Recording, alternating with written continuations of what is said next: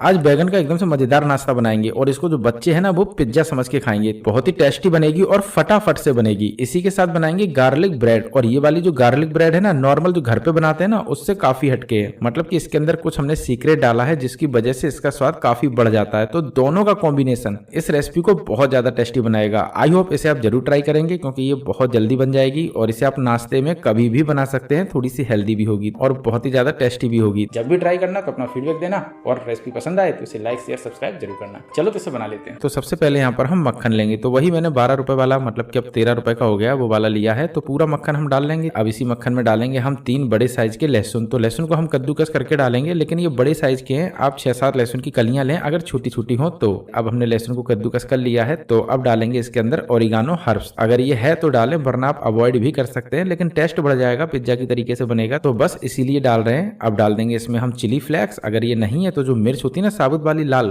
तो बस उसको थोड़ा सा तवे पर भून लें और उसके बाद अदरक कूटदान में डाल के थोड़ा सा क्रश कर लें, मतलब कि तोड़ लें। तो इस तरीके की चिली फ्लेक्स बन जाएगी। अब इसमें डालेंगे बिल्कुल बारीक कटी हुई हरी धनिया। तो इसके बगैर तो मजा नहीं आएगा, जरूर डालना। आप चाहे तो हरी मिर्च डाल सकते हैं, लेकिन मैंने चिली फ्लेक्स डाल दी तो इसीलिए अवॉइड कर दी। अब इसमें डाल देंगे थोड़ा सा नमक। तो थोड़ा सा ही डालना है। अब इन सभी को अच्छी तरीके से मिला लेंगे और जो गार्लिक बटर है उसको कर लेंगे तैयार। तो अब गार्लिक बटर बन चुका है। तो अब लेंगे यहाँ पर बैगन। तो मैंने इस तरीके का लंबा सा बैगन लिया है। अब इसके बीच में लगाएंगे चीरा, मतलब कि इसके 2 हिस्से कर देने हैं और कुछ नहीं। तो 2 हिस्से हम भी कर देते हैं। अब हमने 2 हिस्से कर दिए हैं। तो अब इसके ऊपर चाकू से हम इस तरीके से थोड़ा सा लंबा लंबा चीरा लगाएंगे। तो इसी तरीके से लगाना है। हम बाद में बताएंगे कि इस तरीके से चाकू से मैंने क्यों किया है, क्योंकि इसके बगैर ये पिज्जा जैसा नहीं बनेगा। तो बहुत जरूरी है ये करना। अब हमने दोनों बैगन में इस तरीके से चीरा लगा लिया है। तो अब इसके ऊपर लगाएंगे जो हमने गार्लिक बटर बनाया था उसको। तो बढ़िया तरीके से आप लगा लो ताकि जो इसके अंदर मैंने जगह की है ना उसमें हल्की हल्की जो बटर है ना वो चली जाए। वैसे भी जब इसे सेकेंगे तो सब चली जाएगी, जैसे ही बटर मेल्ट होगी तो कोई दिक्कत नहीं। बस इसे हमें अच्छी तरीके से लगा लेना है। थोड़ी सी गार्लिक बटर हम बची रहने देंगे। अब हमने गार्लिक बटर लगा लिया है। तो इन दोनों बैगन को उठा के सीधा डाल देंगे तवे पर। लेकिन तवे पर डालने से पहले थोड़ा सा जो मैंने गार्लिक बटर बनाया था उसको डाल के हल्का सा तवे पर फैला लेंगे, जिससे कि जो बैगन है ना वो तवे पर चिपके नहीं। वैसे भी नहीं चिपकेगा क्योंकि जो बैगन है ना उसमें चिपकने की क्वालिटी थोड़ी सी कम रहती है। अच्छा, ये बड़ा तवा है, आप चाहें तो 2 बैगन का भी बना सकते हैं। मतलब कि घर में ज्यादा लोग हैं, मेरे घर पे तो सिर्फ 2 लोग हैं। आप डायरेक्ट बटर भी डाल सकते हैं, कोई दिक्कत नहीं। अब इसको हमने थोड़ा सा सेंक लिया एक साइड में, तो इसको हम पलट लेते हैं। तो सिर्फ 10 मिनट लगेगा इस रेसिपी को बनने में, बहुत ज्यादा समय नहीं, क्योंकि जो बैगन है ना वो जल्दी से पक जाता है। अब फिलहाल इसे हम फिर से पलट लेते हैं। अब इसको एक बार और पलट लेते हैं, जिससे कि जो बैगन है ना वो अच्छी तरीके से सिक जाए। क्योंकि अगर इस साइड बैगन नहीं सिकेगा तो क्या होगा कि जो चीजें हम लगाएंगे उसके बाद इसे पलट नहीं पाएंगे। तो इसीलिए पहली बार में ही ये अच्छी तरीके से सिक जाए, खासतौर से जिस साइड मैंने बटर लगाया था उस साइड में।